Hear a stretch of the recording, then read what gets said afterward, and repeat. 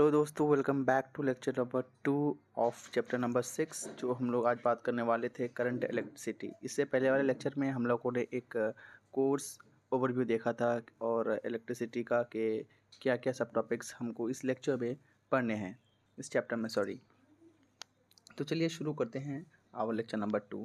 First of all जो मेरा definition है वो है क्या करंट इलेक्ट्रिसिटी का। इलेक्ट्रिसिटी किसको बोलते हैं? इलेक्ट्रिसिटी का मतलब होता है क्या? Flow of current. यहाँ पे मैं एक चीज़ नोट करके लिख दे रहा हूँ, देखो।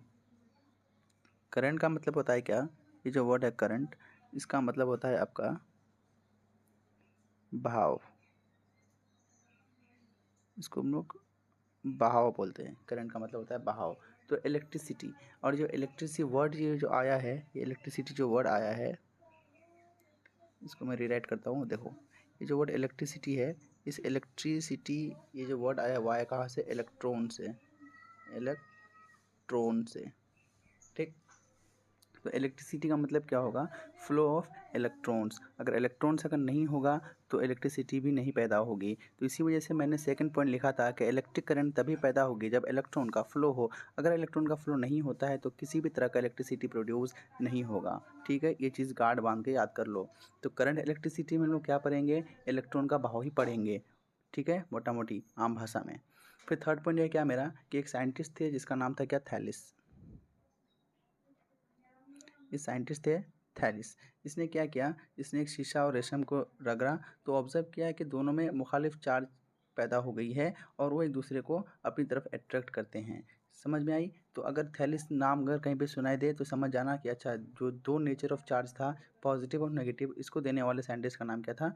थैलिस। यहाँ पे मैंने एक डायग्राम अटैच किया है। इस डायग्राम से आप देख सकते हैं कि ये मेरा ग्लास हो गया, शीशा, और ये हो गया मेरा रेशम, सिल्क। ये जो जब दोनों को रगड़ता है तो क्या होता है? एक में पॉजिटिव चार्ज प्रोड्यूस होता है और दूसरे में नेगेटिव चार्ज पैदा होता है, ठीक है। चलो move on to next slide. Next slide में मेरा क्या है?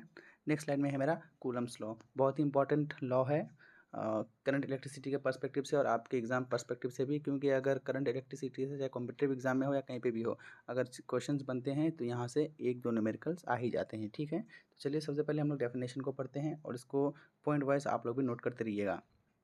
ये दो पॉइंट चार्ज के दरमियान लगने वाले फोर्स, दोनों चार्ज के हासिल ज़र्ब यानी प्रोडक्ट ऑफ टू चार्जेस के डायरेक्टली प्रोपोर्शनल यानी कि बराह रास्त मुतनासिब होता है और दोनों के दरमियानी फासले के स्क्वायर का इन्वर्सली प्रोपोर्शनल होता है। सर बात समझ में नहीं, आप क्या बोलना चाह रहे हैं? तो सुनो, ये क्या कहना चाह रहा है? ये कहना चाह रहा है कि दो अगर पॉइंट चार्ज हुआ, एक मेरा Q1 यहाँ पे और एक दूसरा चार्ज यहाँ पे Q2, ये दोनों के बीच का डिस्टेंस मान लिया मैंने R, ठीक है। तो इन दोनों चार्ज पे जो लगने वाला फोर्स होगा, फोर्स वो डायरेक्टली प्रोपोर्शनल होगा आपका क्या? Q1 into Q2। मतलब दोनों चार्ज का जो गुना होगा, जो मल्टीप्लिकेशन होगा, जो हासिल ज़र्ब होगा, उसके डायरेक्टली प्रोपोर्शनल होगा। और जो डिस्टेंस है R, मतलब इस दोनों के बीच का जो डिस्टेंस है R, यहाँ पे देखो, एक Q1 यहाँ पे एक रखा गया है, यहाँ पे Q2 रखा गया और दोनों के बीच का जो गैप रखा गया वो कितना? R रखा गया है, R डिस्टेंस पे रखा गया है। तो हम लोग क्या बोलेंगे कि एक force directly proportional to Q1 Q2 हो गया और जो फोर्स होगा वो यही फोर्स ये डिस्टेंस के स्क्वायर का इन्वर्सली प्रोपोर्शनल होगा, ठीक। तो अब जब ये दोनों फोर्स को अगर हम लोग कंबाइन कर देंगे, जब दोनों फोर्स को अगर हम लोग कंबाइन कर देंगे तो मेरा क्या आ जाएगा? देखो, जब दोनों फोर्स को हम लोग कंबाइन करते हैं तो मेरा जो रिजल्टेंट फोर्स आता है वो ये आता है क्या? कि F is equal to, wait wait wait wait, कि F is equal to, F is directly proportional to Q1 Q2 by r square. और इस डायरेक्टली प्रोपोर्शनल को हटाने के लिए हम लोग कांस्टेंट लेते हैं। उस कांस्टेंट का नाम क्या है? Proportionality constant. और उसका वैल्यू होता है क्या? 1/4 पाई एप्सिलॉन नॉट। वही चीज़ मैंने यहाँ पे मेंशन किया है कि 1/4 पाई एप्सिलॉन नॉट का वैल्यू कितना होता है? 9 × 10⁻⁹ न्यूटन मीटर स्क्वायर पर कूलम स्क्वायर, ठीक है। और चार्ज का ऐसा यूनिट क्या होता है? आपका कूलम होता है, ओके। तो यहाँ तक मेरा कूलम्स लॉ भी खत्म। कूलम्स लॉ से न्यूमेरिकल्स पूछे जाते हैं, वो देख लेते हैं एक बार किस तरह के न्यूमेरिकल्स पूछे जाते हैं। देखो,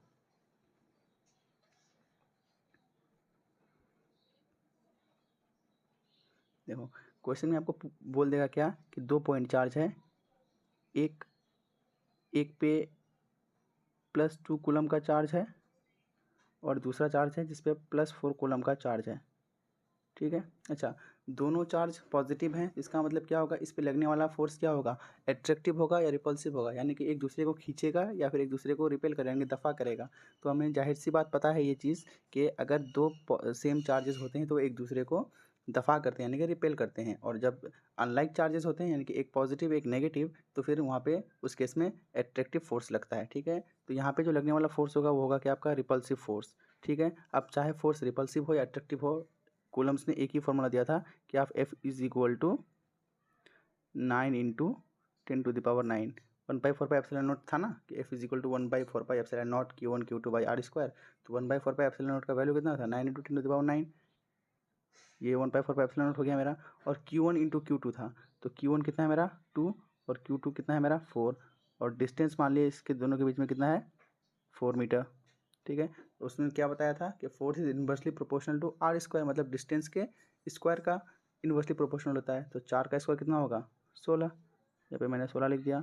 काटा कटी शुरू करते हैं, 4 चौक 16, 2 दूनी 4, 9/2 आता है।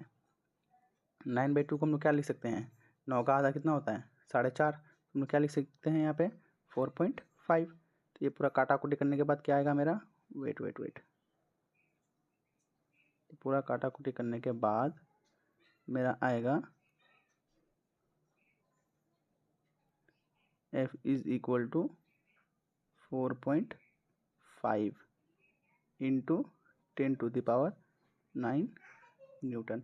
तो इस तरह का जो है आपका न्यूमेरिकल आते हैं इस लॉ से, अगर न्यूमेरिकल आए तो। ठीक है, और भी बहुत तरह के न्यूमेरिकल बनते हैं इस लॉ से, तो हम लोग बारी बारी से हर एक चीज़ को डिस्कस करेंगे। ठीक है, तो यही था मेरा क्या, कूलम्स लॉ का डेरिवेशन ऑफ कूलम्स लॉ ये था कि F is directly proportional to, एक बार फिर से मैं पूरा इरेज कर देता हूँ, आप लोग समझ लीजिए। ठीक, क्या बोला था कि F is directly proportional to Q1 Q2, ठीक, and F is inversely proportional to 1/r²। तो जब ये दोनों को मैं कंबाइन कर दूंगा तो F इज़ इक्वल टू क्या आ जाएगा मेरा, directly proportional to Q1 Q2/r²। अब इस डायरेक्टली प्रोपोर्शनल को हटाने के लिए मैं एक कांस्टेंट लूँगा K। ठीक है, देखो फिर से इरेज कर देता हूँ मैं।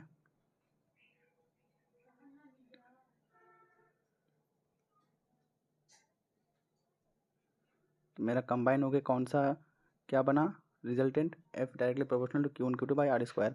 तो इस डायरेक्टली प्रोपोर्शनल को हटाने के लिए हम लोग एक प्रोपोर्शनलिटी कांस्टेंट लेते हैं। इस डायरेक्टली प्रोपोर्शनल को हटाने के लिए हम लोग क्या लेते हैं कि F is equal to K Q1 Q2/r²। और अब इस K का वैल्यू कितना होता है, इस K का वैल्यू होता है मेरा 1/4π∰0, 1/4π∰0। और इस 1/4π∰0 का जो वैल्यू होता है टोटल, वो होता है कितना 9 इंटू 10⁻9। तो हम लोग एक चीज़ यहाँ पे एक चीज़ बोल सकते हैं कि इतना कुछ नहीं करेंगे सर, हम लोग डायरेक्ट ये लिख सकते हैं कि force is equal to 9 into 10⁻9 Q1 Q2/r²। बस यही हो गया आपका कूलम भाई साहब का लॉ। ये बात समझ में, तो यहाँ तक हमको लगता है कोई दिक्कत नहीं होनी चाहिए आप लोगों को ये। ठीक, और इससे किस तरह के न्यूमेरिकल्स पूछे जाते हैं, एक मैंने वो भी एग्जांपल दे दिया है आपको। ठीक है, फिर नेक्स्ट लेक्चर में हम लोग शुरू करेंगे कि वन स्टैट कूलम क्या होता है, उसके बाद फिर कूलम क्या होता है, इसका डेफिनेशन। ठीक, अभी देखो नेक्स्ट